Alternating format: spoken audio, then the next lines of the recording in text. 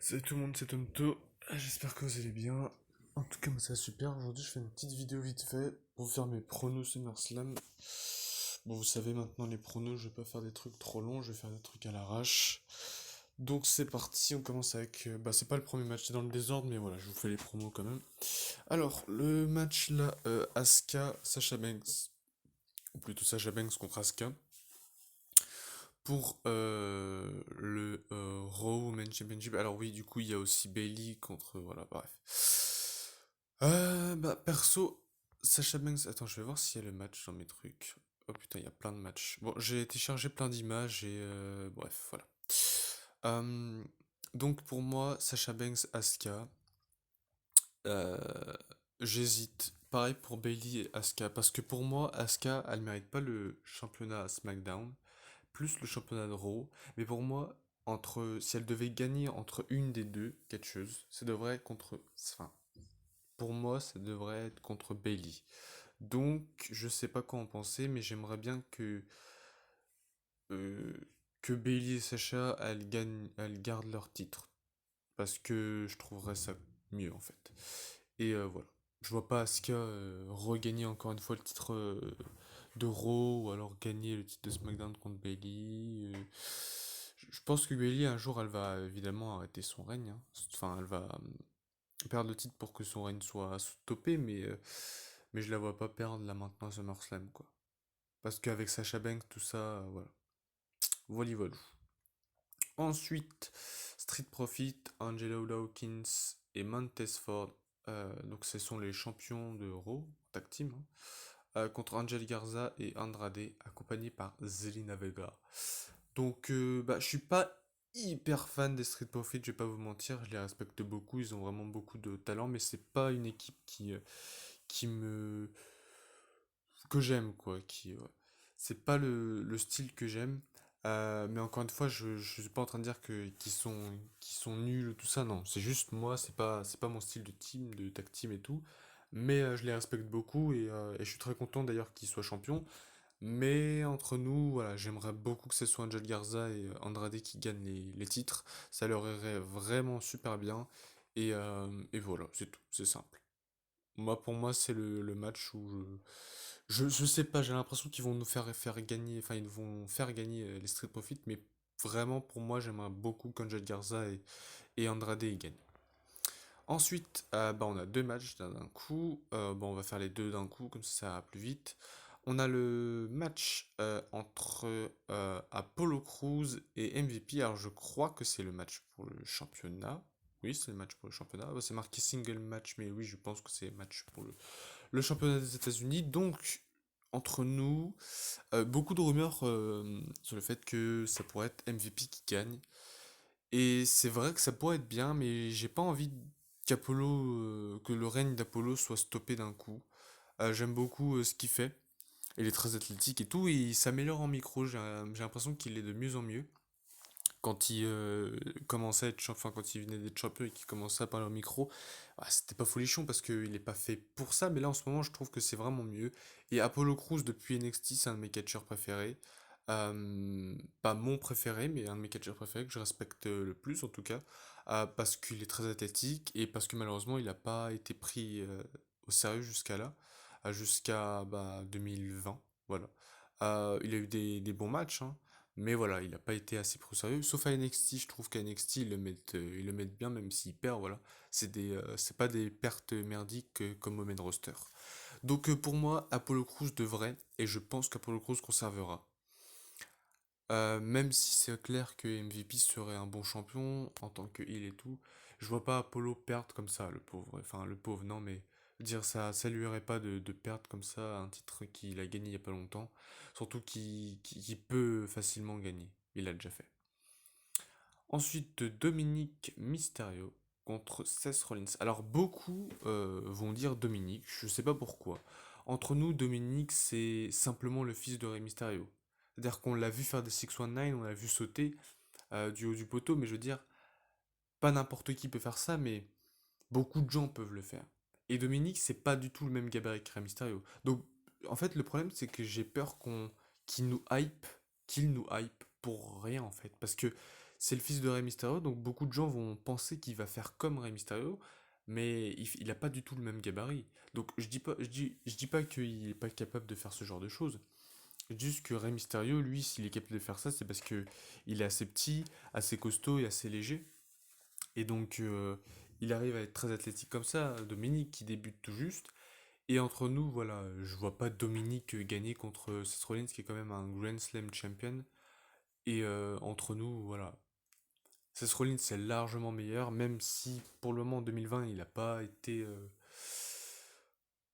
Ouais, c'est pas sa meilleure année, voilà. Donc il a eu des meilleures années et j'espère en tout cas qu'ils vont pas faire gagner Dominique parce que ça ferait perdre de la crédibilité à Rollins. Et franchement, Rollins mérite mieux qu'une perte face à Dominique. Déjà qu'il l'avait fait perdre contre Kevin Owens à WrestleMania et moi je voulais vraiment pas qu'il perde, même si j'adore Kevin Owens, je préférerais quand même que voilà, j'aurais préféré que Rollins gagne. Mais voilà. Ensuite, pour le Universal Championship, un titre que j'aime bien, j'aimerais beaucoup qu'il change. La W change, j'aimerais beaucoup que la WWE change le titre, parce que pour moi c'est un copier-coller du titre mondial, hein, pour tout le monde d'ailleurs, mais en pire, voilà. En rouge, je l'aimais un petit peu quand même, ça me rappelait bah, le titre des États-Unis à la New Japan Pro Wrestling et le titre Television à la NWM, et je veux dire c'est un titre majeur.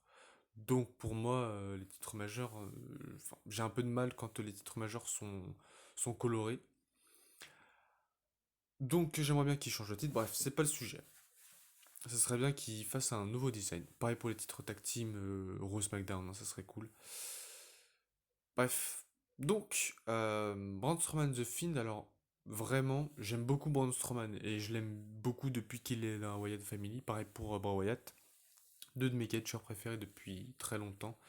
Euh, Bah Wyatt, il est juste génial parce qu'il a réussi à créer l'année dernière la gimmick de The Fiend, du Fiend plutôt. Et c'est juste fou à quel point ça marche bien quoi. Et en même temps, je veux dire, c'est normal parce que voilà, c'est un peu le nouveau, c'est un peu le mélange mannequin de, je sais pas trop comment on prononce, mais je le connais, mais je sais pas bien prononcer son nom, Mankind et Kane. C'est un peu un mélange entre les deux. Et je trouve ça cool parce que ça nous rappelle, enfin, perso, moi ça me rappelle un peu ça. Et même il est très inspiré par Mick Foley, donc par tous ses personnages et tout. Donc vraiment c'est grave bien ce qui se passe avec Bray Wyatt. Et je préfère ça déjà qu'il avait été champion du monde, mais qu'il avait perdu après à WrestleMania contre Randy Orton. Bon, c'était Randy Orton, donc ça passe. Mais Bray Wyatt, champion du monde, c'était quand même bien. Mais voilà, il a déjà un bon petit palmarès, c'est cool. Il a pas fini, voilà. Braun Strowman, pareil, j'attendais. Bah, je pense que Braun Strowman aurait dû être champion universel quand Brock Lesnar l'était, à l'époque. 2017-2018, ouais, environ. Dans ces années-là, quoi. Euh, Parce que Braun Strowman avait plus de pop, on va dire. Je sais pas si on peut dire ça comme ça, mais à cette époque-là, et c'est vrai qu'aujourd'hui, bah, il est champion universel et ça aurait dû être Jeff Hardy d'ailleurs. Bah, à l'origine, non, ça aurait dû être Roman Reigns, pardon. Mais voilà, après, vu que Roman Reigns ne pouvait pas venir à cause du coronavirus, ce que je peux comprendre hein, totalement, ça aurait dû être Jeff Hardy, pardon. Mais voilà, Braun Strowman c'est très bien, je trouve ça plus crédible d'ailleurs de faire perdre Goldberg face à Braun Strowman que Jeff Hardy, même si j'aime beaucoup Jeff Hardy d'ailleurs.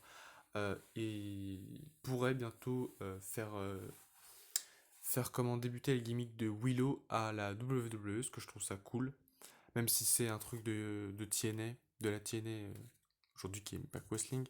Je trouve ça cool quand même, et ce serait bien qu'il fasse Willow contre Sophie. Bref, ça pour dire, j'aime beaucoup les deux catcheurs. J'aime bien ce qu'ils font avec Braun Strowman en ce moment, avec Alexa Bliss et tout. Et je pense qu'il va se passer un truc avec Alexa Bliss. Et perso, je vois vraiment une victoire du Fiend. Et j'espère que The Fiend va récupérer son titre pour pouvoir le défendre contre des gens comme par exemple Willow, par exemple le retour de Willow. Et puis d'autres gens, hein. Et ça pourrait être grave cool. On a vu des The Miz contre Bray Wyatt, on a vu des Daniel Bryan contre Bray Wyatt, c'est juste incroyable à quel point Bray Wyatt, c'est un peu comme Brock Lesnar, Bray Wyatt, il s'adapte à tout genre de talent. Donc ça, c'est ça que j'aime bien. Euh, et ouais, donc The Fiend pour moi gagne ce titre et j'espère vraiment qu'il va le gagner et qu'on en finisse. Enfin, il puisse le récupérer parce qu'il avait perdu vraiment. C'était vraiment nul la façon dont il l'avait perdu et voilà. Donc Braun Strowman a eu un très bon petit règne et je suis content qu'il ait pu enfin être champion universel. Mais cette fois, c'est au Fiend de récupérer son titre. Et voilà. Ensuite, bah du coup, voilà, le main event, j'imagine que c'est main event, je sais pas lequel des deux est le main event, mais voilà, un des deux main event. Euh, le championnat WWE, le titre mondial, qui est en jeu, Drew McIntyre le champion, contre Randy Orton. Alors, vu qu'il y a des rumeurs comme quoi Rétribution pourrait intervenir pendant le match, au milieu du match, donc Drew McIntyre conservera, j'en suis sûr que Drew McIntyre va conserver. Mais vu qu'il y a un pay-per-view juste la semaine d'après, Payback il me semble, je veux pas dire de conneries mais je crois que c'est Payback, je suis pas sûr.